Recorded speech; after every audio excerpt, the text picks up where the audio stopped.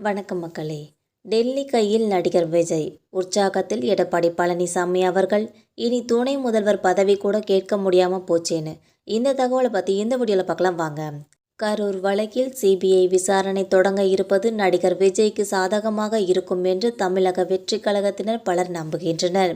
ஆனால் நடிகர் விஜய்க்கு அரசியல் ரீதியாக இது கடுமையான நெருக்கடியை கொடுக்கலாம். முக்கியமாக விஜய்க்கு எதிராக எடப்பாடி பழனிசாமியின் வியூகம் அரசியல் அழுத்தம் அதிகரிக்கலாம் என்று அரசியல் வல்லுநர்கள் கருதுகிறார்கள். கரூர் கூட்ட நெரிசல் விவகாரத்தில் விசாரணையை சிபிஐக்கு மாற்றி உச்சநீதிமன்றம் உத்தரவு பிறப்பித்துள்ளது. சிபிஐ விசாரணையை உச்சநீதிமன்றம் ஓய்வு பெற்ற நீதிபதி அஜய் ரஸ்தோகி தலைமையிலான குழு கண்காணிக்கும் என அறிவிப்பு வெளியிட்டு உள்ளது. நடிகர் விஜயின் தாவேகா கட்சியினர் தமிழக அரசின் ஐஜி அஸ்கரா கார்க் தலைமையில் எஸ்ஐடி அமைத்ததை எதிர்த்தனர். இந்த நிலையில்தான் சிபிஐ அறிவிப்பை அவர்கள் வரவேற்கிறார்கள்.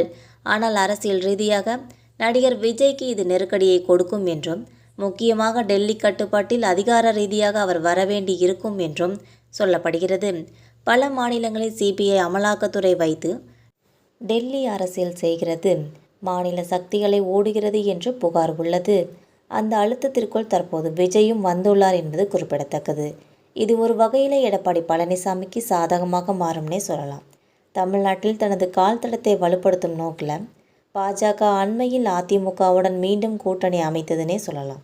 அடுத்த ஆண்டு நடைபெறவுள்ள சட்டமன்ற தேர்தலை மனதில் வைத்து இரு கட்சிகளும் கூட்டணி பேச்சுவார்த்தைகளை தொடங்கியுள்ளன. கடைசியாக டெல்லியில் ஒரு சுற்று பேச்சுவார்த்தை நடைபெற்றது. விரைவில் இடப்பங்கீடு தொடர்பாக முடிவுகள் எடுக்கப்படும் என்று தெரிகிறது.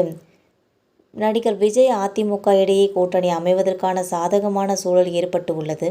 அதாவது பாஜக கூட்டணியில் அதிமுக தாவேகா இரண்டும் இருக்கும். பாஜக 40 இடங்கள், தாவேகா 50 இடங்கள்.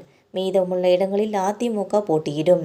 விஜய் துணை முதல்வராக முன்னிறுத்தப்படுவார் என்றும் கூறப்படுகிறது. இப்போது சிபிஐ வழக்கை காரணம் காட்டி விஜயை கூட்டணிக்கு வர சொல்லி எடப்பாடி அவர்கள் பிரஷர் கொடுக்கலாம்.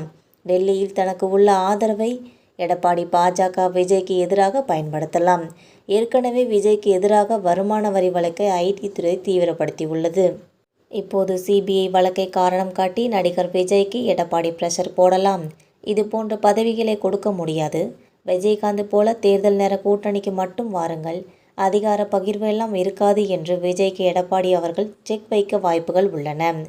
இதனால் கிட்டத்தட்ட அரசியல் ரீதியாக விஜய்க்கு இப்போது செக் வைக்கப்பட்டு உள்ளது என்றே கூற வேண்டும்.